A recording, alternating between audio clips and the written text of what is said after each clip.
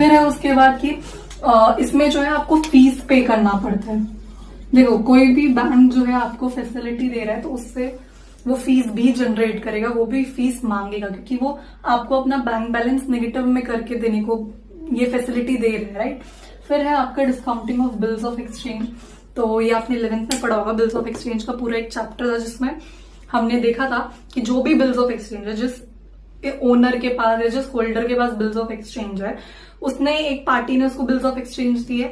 अब क्या है, उसने उससे प्रॉमिस करा है सेकेंड पार्टी ने कि हम 10 सितंबर तक आपको पैसा दे देंगे विद सिग्नेचर। पता होगा बिल्स ऑफ एक्सचेंज क्या होता है। बिल्स ऑफ एक्सचेंज एक ऐसा प्रोमिसरी नोट होता है जिसपे वो पार्टी जो है वो लिख कर देती है कि हाँ we will pay this amount on this what जो भी डेट मेंशन्ड होती है और उनका साइन मेंशन्ड होता है।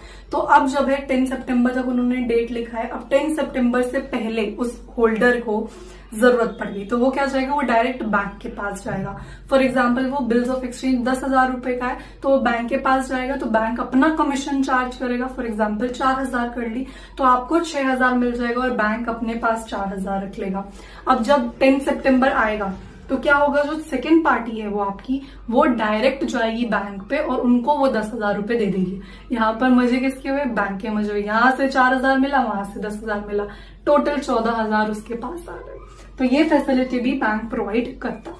फिर है हमारा जनरल यूटिलिटी फंक्शन। इसमें भी आपके बहुत सारे फंक्शन है बट मैंने 2 लिए हैं, दैट इज लॉकर फैसिलिटी और फिर ट्रैवलर्स चेक। ये कुछ ऐसी सर्विसेज हैं जो आपको क्या है बैंक देता है, जैसे कि लॉकर फैसिलिटी हो गया।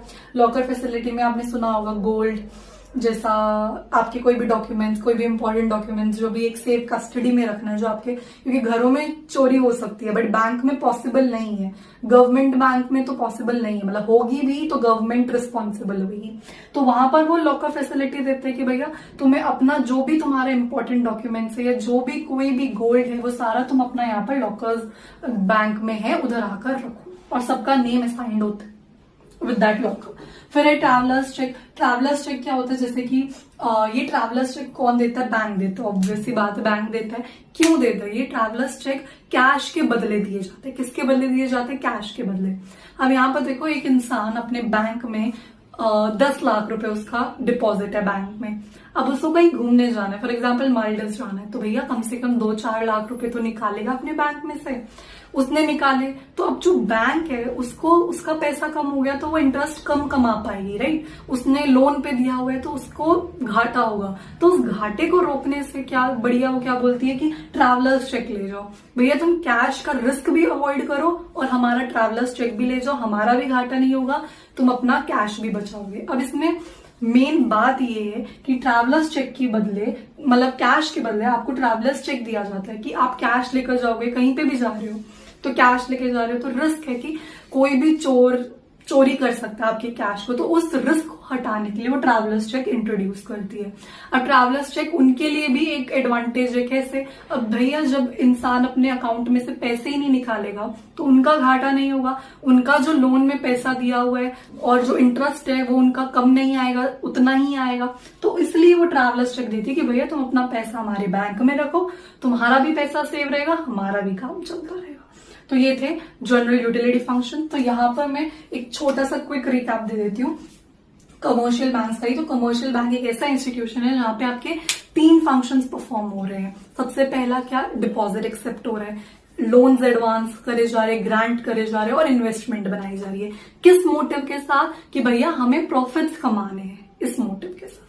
तो फंक्शंस आपके प्राइमरी है, सेकेंडरी है। प्राइमरी फंक्शंस में आपके एक्सेप्टिंग डिपॉजिट्स आता है और एडवांसिंग लोन होता है, जो आपकी बैंक से बहुत सारे वेज में आपके अकाउंट्स को एक्सेप्ट करती है, जैसे कि करेंट अकाउंट, सेविंग अकाउंट, ठीक है, आपका एफडी हो गया, आरडी हो गया। एफडी और आरडी को आपका क्या बुलाते हैं, टाइम डिपॉजिट अकाउंट, ठीक है, क्योंकि ये किससे रिलेटेड है, टाइम से रिलेटेड है। करेंट डिपॉजिट या आपका चेकेबल डिपॉजिट भी बोलते हैं। क्यों? क्योंकि इनमें आपकी चेकेबल फैसिलिटी है, आपकी चेक की फैसिलिटी है, और डिमांड डिपॉजिट जब आप डिमांड करोगे उतने डिमांड पे आपको पैसा मिल जाएगा। तो ये था एक्सेप्टिंग डिपॉजिट। अब क्या है, आपको जो है जो आपकी बैंक है वो डिपॉजिट तो एक्सेप्ट करती है। अब वो जो आपने पैसा दिया हुआ है उन्हें, वो आइडियली बैठेगा नहीं ना, उसको वो और तरीके से, मतलब पैसे से ही पैसा बनाएंगे, तो इसलिए वो उस पैसे को कहाँ यूटिलाइज करते हैं, लोन्स में। तो अब लोन्स भी आपके कौन कौन से हो गए, कैश क्रेडिट, जिसपे आपको मतलब जिसपे आपको कर्ज दे रहे हैं कैश का, फिर है शॉर्ट टर्म लोन्स, फिर है आपका कौन सा लोन है, डिमांड लोन्स। ठीक है, ये तीनों लोन्स है। कैश क्रेडिट में आपको पूरा अमाउंट दे दिया जाएगा, इंटरेस्ट किस पे चार्ज होगा, जितना आप अमाउंट विड्रॉ कर रहे हो, क्रेडिट लिमिट सेट है। यहाँ पर कौन से मॉर्गेज वही चीज है, that is current asset, see that is current asset तुम्हारा। शॉर्ट टर्म पे कुछ टाइम के लिए ये लोन्स दिए जाएंगे, पूरे इंटायर सम पे इंटरेस्ट होगा, कोलैटरल सिक्योरिटी के अगेंस्ट तुम ये लोन ले सकते हो। डिमांड लोन्स की बात करूं तो डिमांड लोन्स जो हैं वो आपको जैसे डिमांड डिपॉजिट, जब आपको पैसा चाहिए तब आप उसको बैंक दे रहा है, ऐसे ही बैंक ने आपको लोन दिया, अब वो जब अपना पैसा मांगेगा तो वो तुम्हें देना पड़ेगा।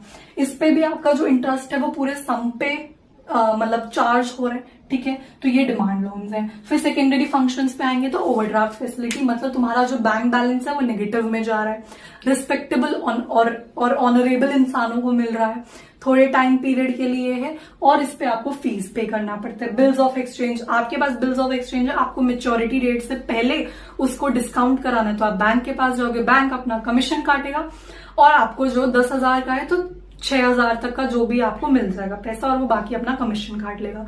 मेच्योरिटी डेट पे जिसने आपको बिल्स ऑफ एक्सचेंज दिया वो डायरेक्ट पैसा किसको देगा, बैंक को देगा।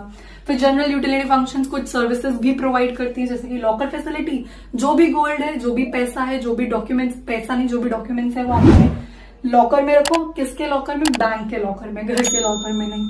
फिर है ट्रैवलर्स चेक, ट्रैवलर्स चेक के कैश मत लेकर जाओ, ट्रैवलिंग के समय ट्रैवलर्स चेक लेके जाओ, रिस्क ऑफ कैश को अवॉइड करो।